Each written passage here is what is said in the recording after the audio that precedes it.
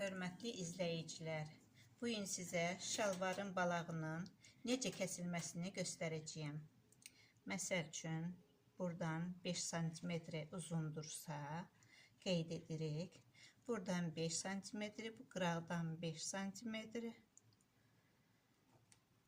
və bu qıraqdan 5 cm ölçürük. Sonra da düz olduğunu baxmaq üçün belə bir xətt çəkirik. Belə bir xətt çəkirik. Bu xətti aşağıdakı tərəfə də qeyd edirik. Baxın, bu tərəfdən də mən bunu qeyd edirəm. Bax belə. Bunu qaldırırıq. Sonra bunu bu xəttlə bunu biz birləşdiririk. Belə. Birləşdirdik. Sonra da bunu təzədən qoyuruq belə. Çeviririk o tərəfə. Çeviririk. Buradan da elə o cürünə qeyd edirik. Buradan da, buradan da.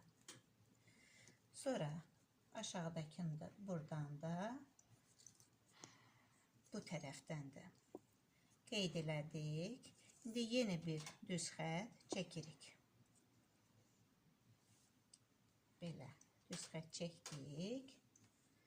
Bu aşağıdakını da birləşdiririk xəttləri. Belə. Belə. Bu cürünə.